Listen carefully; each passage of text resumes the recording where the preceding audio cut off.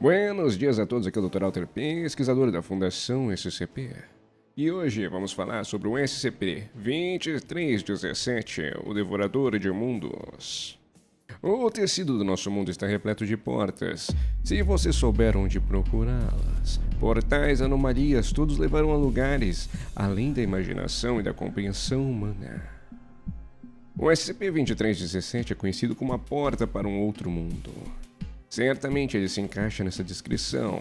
Ele fica sob a vigilância de guardas armados e parece ser uma porta de madeira simples, desavisada em sua moldura.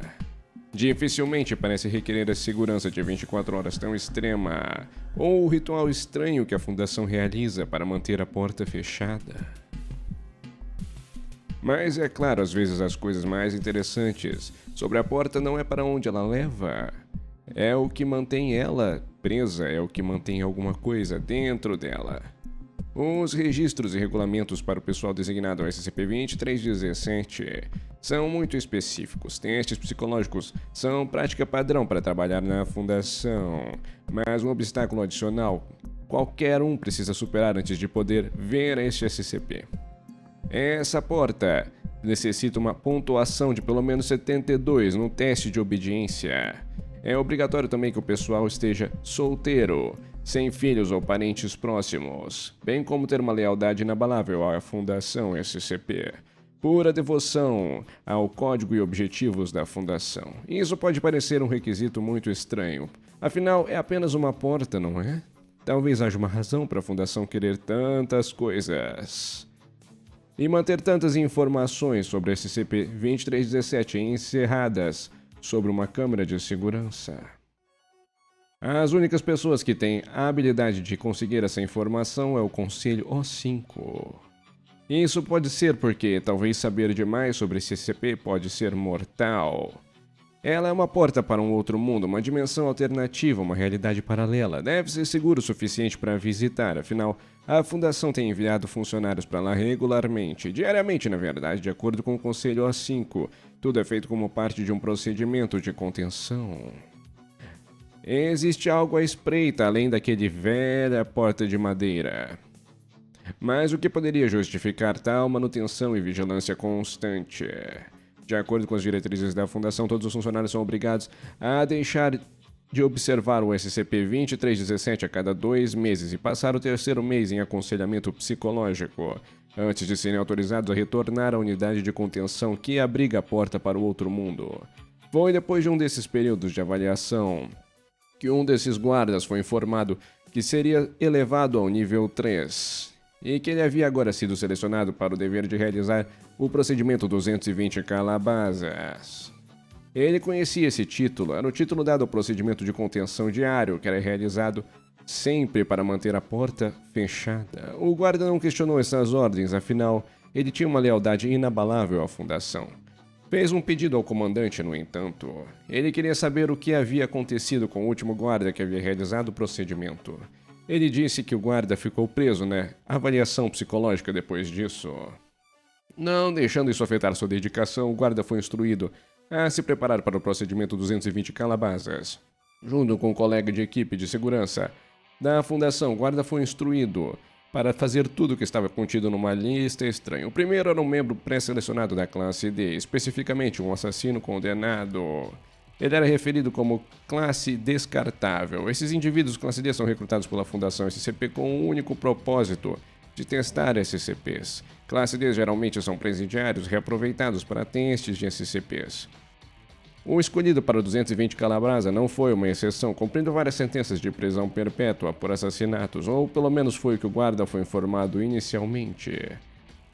Foi instruído a se referir ao classe D apenas como assistente durante todo o procedimento. Em seguida, o guarda coletou uma galinha viva, uma faca afiada de obsidiana, um frasco de prata que deveria ser preenchido com 500 ml de água benta que deveria ter sido abençoada por um sacerdote de fé abraâmica, e um dispositivo nuclear de 1 quiloton, que só deveria ser detonado no caso de uma improvável falha catastrófica de contenção.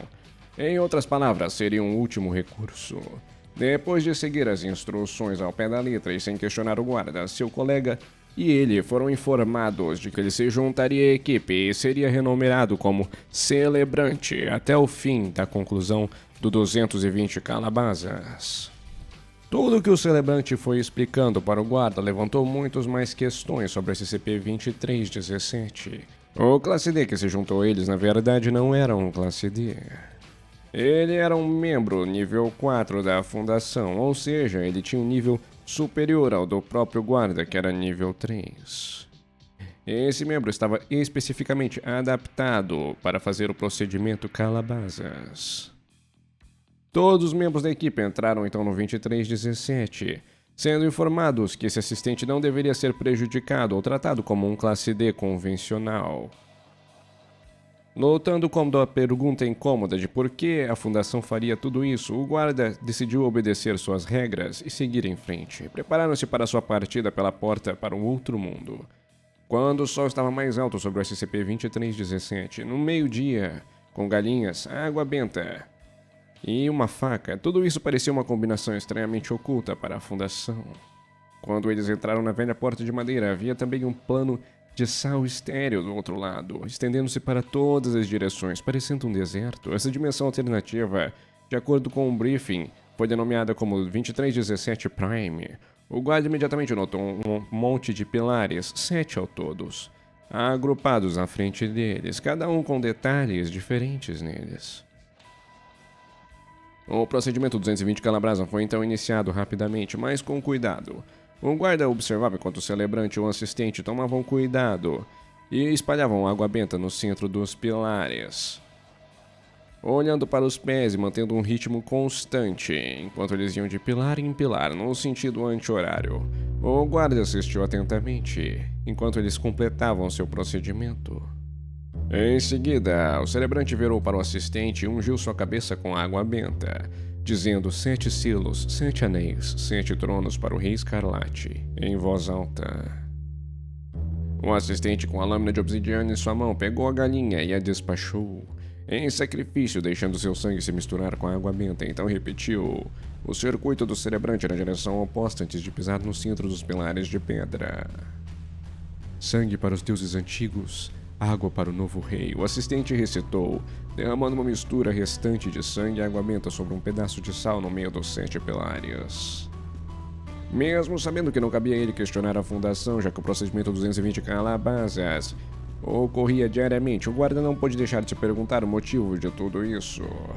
Parecia tão ritualístico como algo profundamente religioso ou mesmo mágico. Ele nunca acreditou em toda essa bobagem oculta, mesmo enquanto trabalhava para a Fundação. Mas ele aprendeu a não questionar nada, mesmo as coisas mais estranhas e inexplicáveis, e seguir ordens. Mal sabia ele que sobre os seus pés havia um horror antigo e incognoscível. Uma fera acorrentada e espreita, contida em uma câmara diretamente abaixo dos pilares. Estava uma criatura impossivelmente grande, humanoide, obesa, com seu corpo inteiramente coberto por escamas grossas, mais grossas que uma blindagem. Chifres em formas de galho se projetavam de sua cabeça e mandíbula, apontando para as correntes que pendiam dos 7 pilares, cada uma enganchando nas costas da entidade. Porém, todas as correntes, exceto uma, já haviam sido quebradas.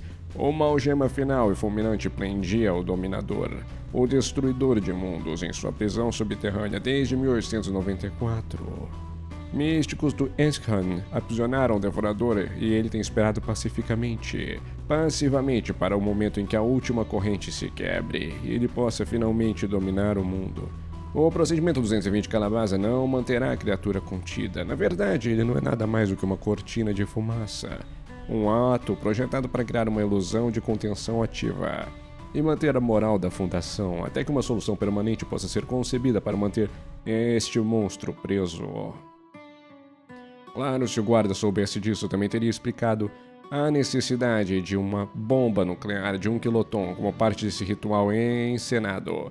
O procedimento 220 Calabazas tem todos os componentes para enganar todos abaixo do Conselho O5, emulando rituais religiosos e ocultos. O aumento do nível de segurança em torno do procedimento e sua finalidade, informando a equipe que qualquer falha de executar corretamente o procedimento poderia resultar no fim do mundo. Todos esses elementos trabalham junto, para criar uma sensação falsa de segurança e esconder que na verdade um dia o Devorador escapará e destruirá a nossa dimensão e que isso é inevitável. Conhecimento é poder e talvez saber demais seja realmente mortal. Talvez se o guarda tivesse aprendido isso, ele teria entendido porque seu antecessor nunca saiu da avaliação psicológica. Talvez, se ele tivesse questionado o propósito do procedimento 220 Calabrasa, ele teria aprendido a verdadeira natureza do 2317 e que aquela porta guardava. Mas ele era leal à fundação, muito, muito leal. Quando a equipe terminou executando o 220 Calabrasa e voltou pela porta de madeira, o guarda deu uma última olhada por cima do ombro para o vasto plano de sal. Toda a dimensão estava calma, silenciosa, mas não pacífica. Ela era paciente. A entidade esperou séculos por seu tempo, sua hora de agir, e agora tudo o que precisava era quebrar a sétima e última corrente. Um dia, a porta foi fechada mais uma vez atrás do guarda. Quando ele, o celebrante, o assistente e seu colega de segurança entraram, seu trabalho foi feito e até onde eles sabiam, prevenindo a catástrofe para um outro dia.